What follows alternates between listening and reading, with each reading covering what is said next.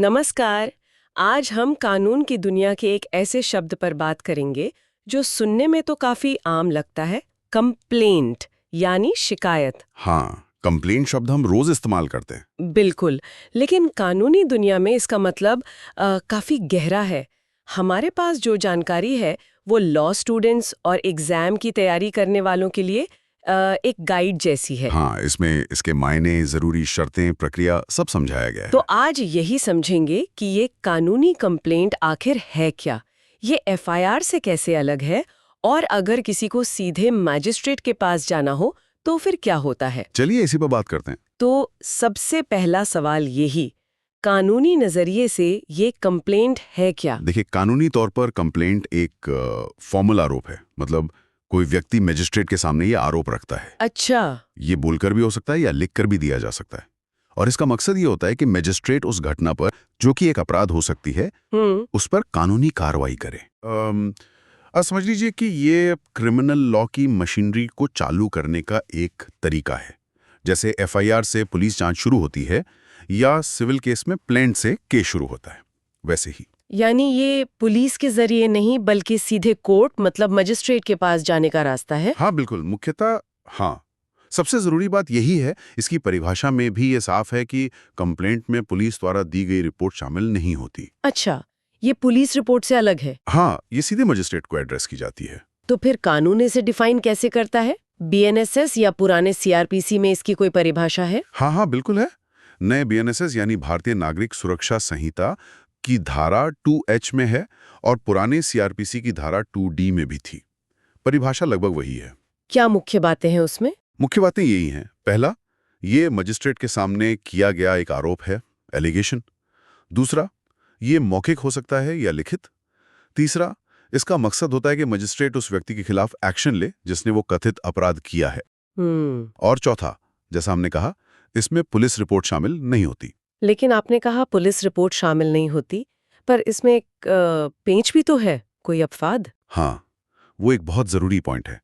परिभाषा कहती है कंप्लेंट में पुलिस रिपोर्ट शामिल नहीं है, लेकिन एक एक्सेप्शन है। क्या है वो? वो ये कि अगर पुलिस किसी मामले की जांच करे और जांच के बाद ये पाए कि ये मामला असल में असंज्ञेय अपराध का है, नॉन कॉग्निजेबल ऑफेंस, यानी जिसमें पुलिस खुद से एक्शन नहीं ले सकती, बिना वारंट के गिरफ्तारी नहीं कर सकती। बिल्कुल। तो उस स्थिति में पुलिस जो रिपोर्ट मजिस्ट्रेट को देती है, उसी रिपोर्ट को कंप्लेन मान लिया जाता है। ओह, अच्छा। तो उस केस में शिकायतकर्ता कौन हुआ? पुलिस?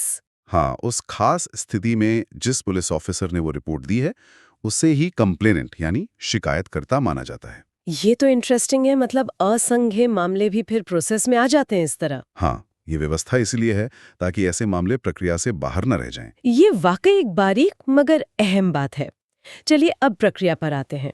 किसी ने मजिस्ट्रेट के सामने कंप्लेंट दे दी, चाहे बोलकर या लिखकर। अब क्या होगा? मजिस्ट्रेट तुरंत एक्शन लेंगे? नहीं, तुरंत नहीं।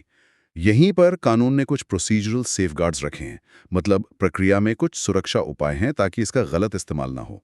अच्छा, जैसे कि?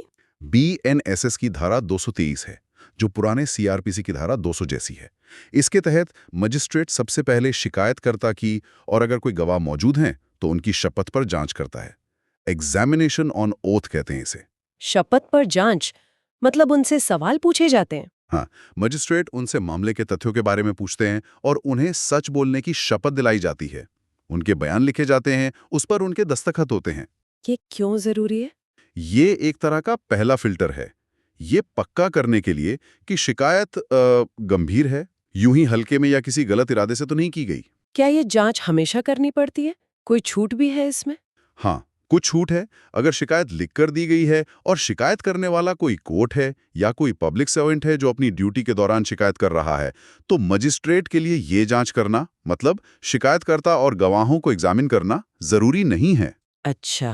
कानून मानकर चलता है कि ऐसे मामलों में गंभीरता पहले से ही है। और मैंने सुना है कि नए बीएनएसएस में इस स्टेज पर एक और बदलाव आया है, आरोपी के बारे में कुछ? हाँ, ये बीएनएसएस में एक अहम बदलाव है। कुछ मामलों में, खासकर जहां फौरन गिरफ्तारी का मामला ना हो, तो अपराध का संज्ञान लेने से पहले, मतलब फॉर्मली केस शुरू करने से पहले, आरोपी को भी शुरुआती सुनवाई का मौका दिया जा सकता है।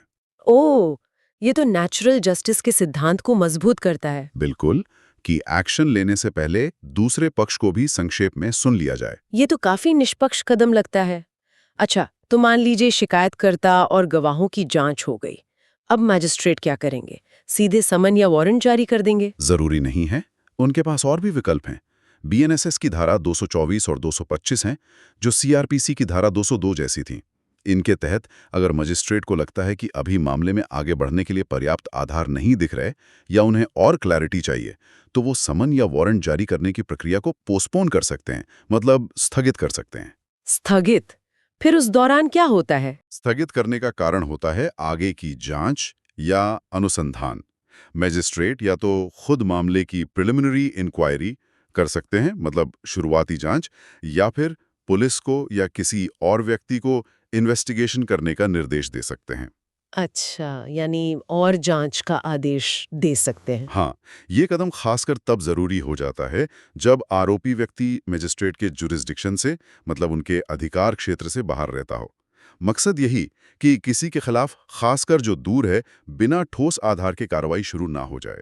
और अगर इस जांच या अनुसंधान के बाद भी मैजिस्ट्रेट को लगे कि शिकायत में मतलब दम नहीं है, तो क्या उसे अनदेखा कर सकते हैं? अनदेखा नहीं, बल्कि उसे खारिज कर सकते हैं, डिसमिस कर सकते हैं।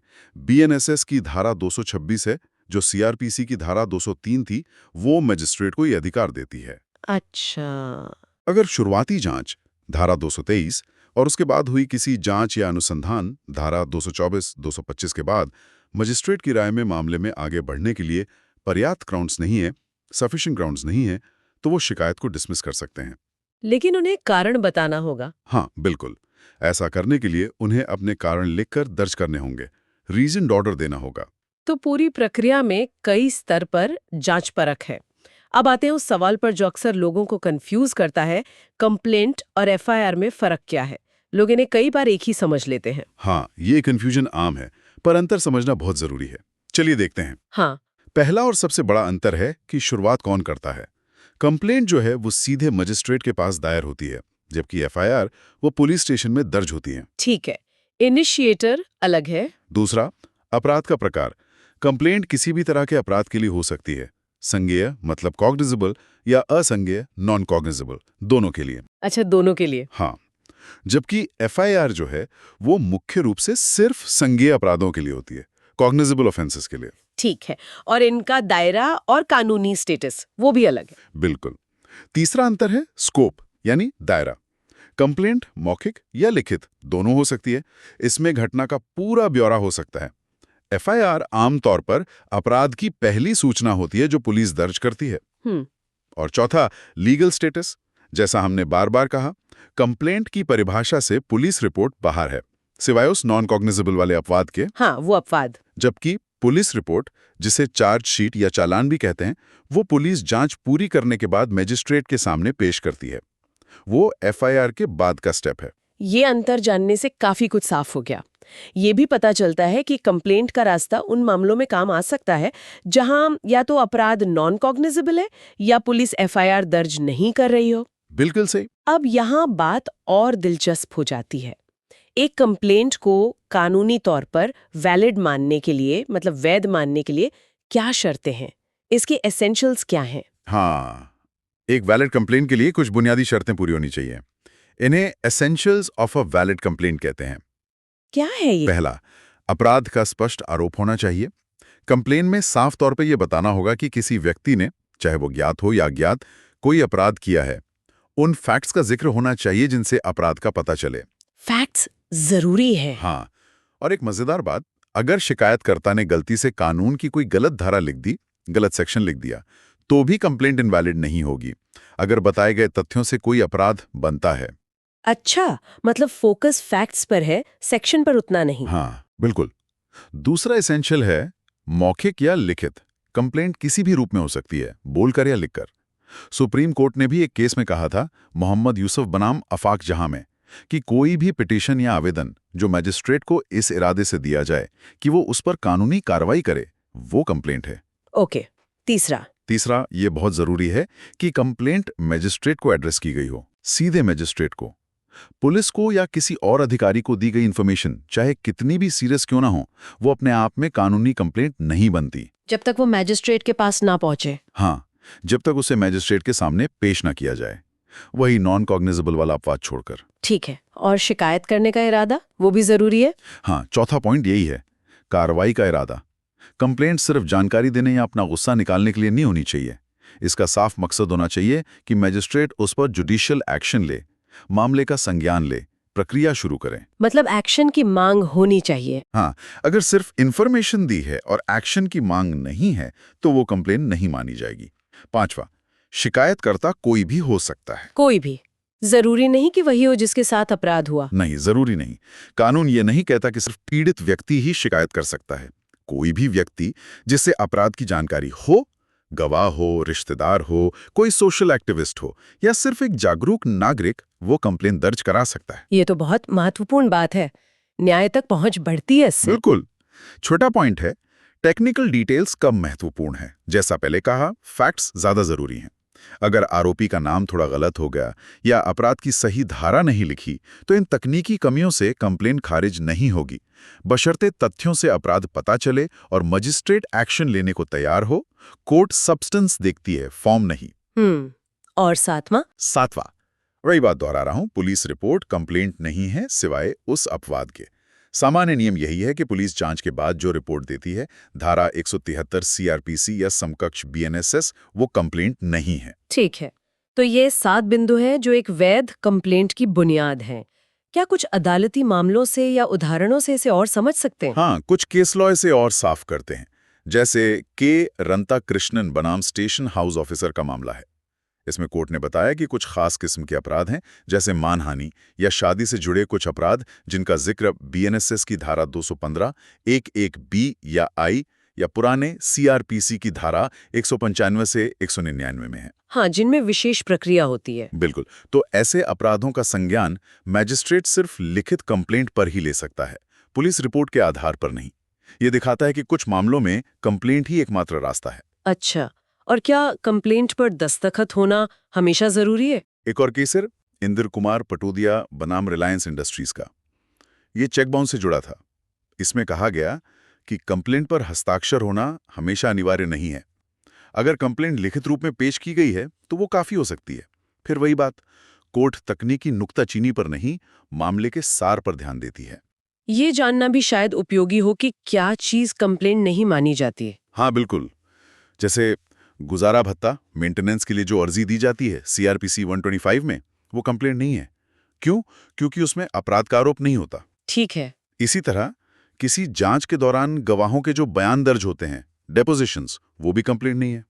या मान लीजिए कोई व्यक्ति किसी अफसर को सिर्फ सूचना देता है, जानकारी देता है, लेकिन उसमें मजिस्ट्रेट से कार्रवाई की मांग नहीं करता, तो वो भी कंप्लेंट नहीं है। लेकिन अगर मांग हो तो? अगर किसी एफिडेविट में या टेलीग्राम में भी अपराध का आरोप हो और मजिस्ट्रेट से साफ तौर पर एक्शन की मांग की गई हो, तो उसे भी कंप्लेंट माना जा सकता है। इंटेंट इसकी, इरादा जरूरी है। ठीक है, तो हमने कंप्लेंट का मतलब, प्रक्रिया, एफआईआर से उसका अंतर और उसकी जरूरी शर्तें काफी विस्तार से समझी। इन सब बातों का निचोड़ क्या है? एक आम व्यक्ति या लॉ स्टूडेंट के लिए इसका क्या महत्व है? So what does this all mean? निचोड़ यह है कि कंप्लेंट हमारी क्रिमिनल जस्टिस सिस्टम का एक बहुत जरूरी और मैं कहूंगा फ्लेक्सिबल हिस्सा है। लचीला। लचीला कैसे? क्योंकि न्याय तक पहुंच का एक सीधा और वैकल्पिक रास्ता देता है। ये आम नागरिक को ताकत देता है कि अगर उन्हें लगता है कोई अपराध हुआ है और पुलिस एक्शन नहीं ले रही या मामला ही नॉन कॉग्निजेबल है, तो वो सीधे मजिस्ट्रेट का दरवाजा खटखटा सकते हैं। और इसमें प्रक्रिया का फोकस किस पर रहता है? फॉर्मेलिटी पर या कंटेंट पर? प्रक्रिया का फोकस फॉर्मेलिटी से ज्यादा शिकायत के सब्सटेंस पर, उसके सार पर और शिकायतकर्ता के इरादे पर रहता है। क्या वाकई अपराध का आरोप लगाया गया है? क्या एक्शन की मांग की गई है? ये मुख्य बातें हैं। लेकिन साथ ही, जैसा हमने देखा, इसमें प्रोसीजरल सेफगार्ड्स भी हैं। शपथ पर जांच, आगे जांच या अनुसंधान का विकल्प, बिना आधार वाली शिकायतों को खारिज करने की शक्ति, ये सब संतुलन बनाते हैं। ताकि इसका दुरुपयोग ना हो। बिल्कुल, ताकि इस सीधे रास्ते का गलत इस्तेमाल ना हो और बेगुनाह लोगों को बेवजह परेशानी ना हो। तो आज हमने समझा कि कानूनी कंप्लेंट क्या है, ये एफआईआर से कैसे अलग है, मजिस्ट्रेट के सामने इसकी प्रक्रिया कैसे चलती है, जिसमें शपथ पर जांच, आगे की जांच और खारिज करने के विकल्प शामिल हैं, और एक वैध कंप्लेंट के लिए क्या जरूरी है। हमने बीएनएसएस और सीआरपीसी के सेक्शंस और कुछ केस लॉ पर भी बात की। हाँ, बिल्कुल। और ये साफ है कि कंप्लेंट न्याय पाने का एक महत्वपूर्ण जरिया है। ये एक्सेस टू जस्टिस और प्रोसीजरल फेयरनेस यानी प्रक्रिया की निष्पक्षता के बीच एक संतुलन साधने की कोशिश करता है। हाँ, खासकर ये जानना कि कोई भी व्यक्ति शिकायत कर सकता है, ये अपने आप में बहुत बड़ी बात है। ये सिस्टम को ज़्यादा इंक्लूसिव बनाता है। निश्चित रूप से ये पूरी व्यवस्था इसी संतुलन पर टिकी है। एक तरफ न्याय तक पहुंच आसान हो, कोई भी आवाज उठा सके, दूसरी तरफ प्रक्रिया का गलत इस्तेमाल ना हो।